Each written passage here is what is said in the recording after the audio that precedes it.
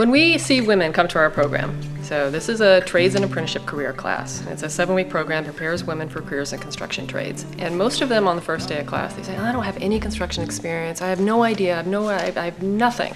But then we start talking about what their life skills are, and there's so much overlap that women don't think about. We talk about farm workers. You know, the kind of work that they do. They do an incredible amount of construction work. They haul stuff. They're working in inclement weather. We talk about pattern makers. They're looking at the way things join and how things are going to be constructed and whether or not they're going to last. That's all applicable. Some of the women who sew are some of my best carpenters.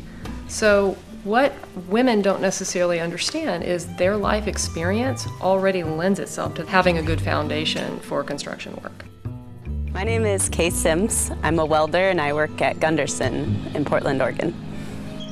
I think it's important for people to see that any sort of women can work in these trade jobs, and I think it's important for different kinds of women to kind of represent the trades. It doesn't matter who you are, it's just kind of what's inside you and your work ethic and what you want to do that makes you good at your job.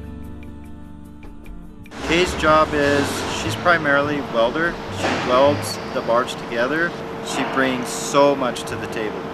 I've seen her grow exponentially since I first got her 2.5 years ago. She has become one of my greatest leads. She's very good. She's a very, very good trainer. She trains a lot of the people that come in, other welders, other new welders. I've always had an interest in sewing and sewing clothing or any sort of thing, sewing things for my house, sewing strange sculptures. At Gunderson, we build train cars and ocean-going barges. I get a work assignment, go to my work area, see what needs to be done for the day. The connection to me is really like deep-seated in me, that I'm just a person that I have to make things and use my hands no matter what. And I think anybody who has that like inner creativity or their mind works in the way where they just need to be doing and seeing the results of their work can easily make the leap to any sort of trade, welding or carpentry or electrician or whatever. It's like a certain kind of person who needs to see the results of their work to feel satisfied.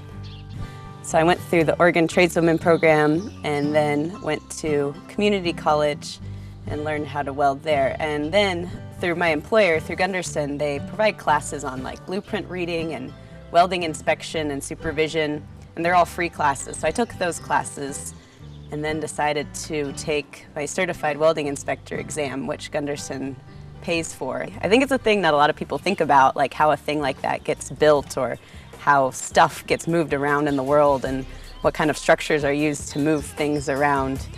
And it's just really fascinating to me to know about this thing so intimately, I guess. Welding is like sewing with fire. It's like just joining materials together, and it's just like sewing. You have your thread that you join your fabric together with, and with welding you have your filler metal that you're joining metal together with. When I'm welding, it's kind of nice. It's like sometimes you can just be on autopilot and just think thoughts. My imagination is very important to me.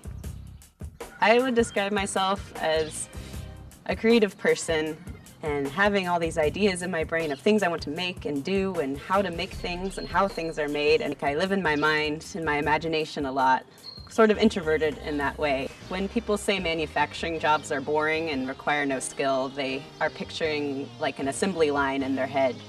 And while there are those jobs out there, there are a lot of production manufacturing jobs that do require skill, and they require you to use your brain to do problem solving. Not everything's going to be the same every time, and it does take a lot of skill to be able to do your job well in manufacturing.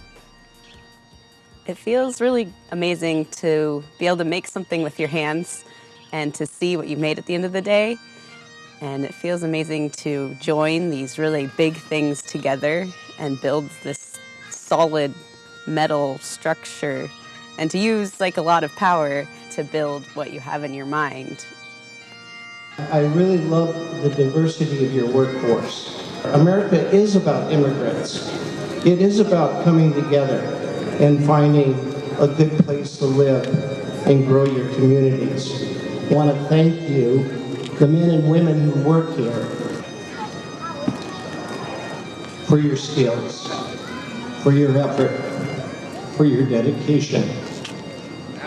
This is proof you can make things in America, and the quality is very, very, very good. Give yourselves a hand.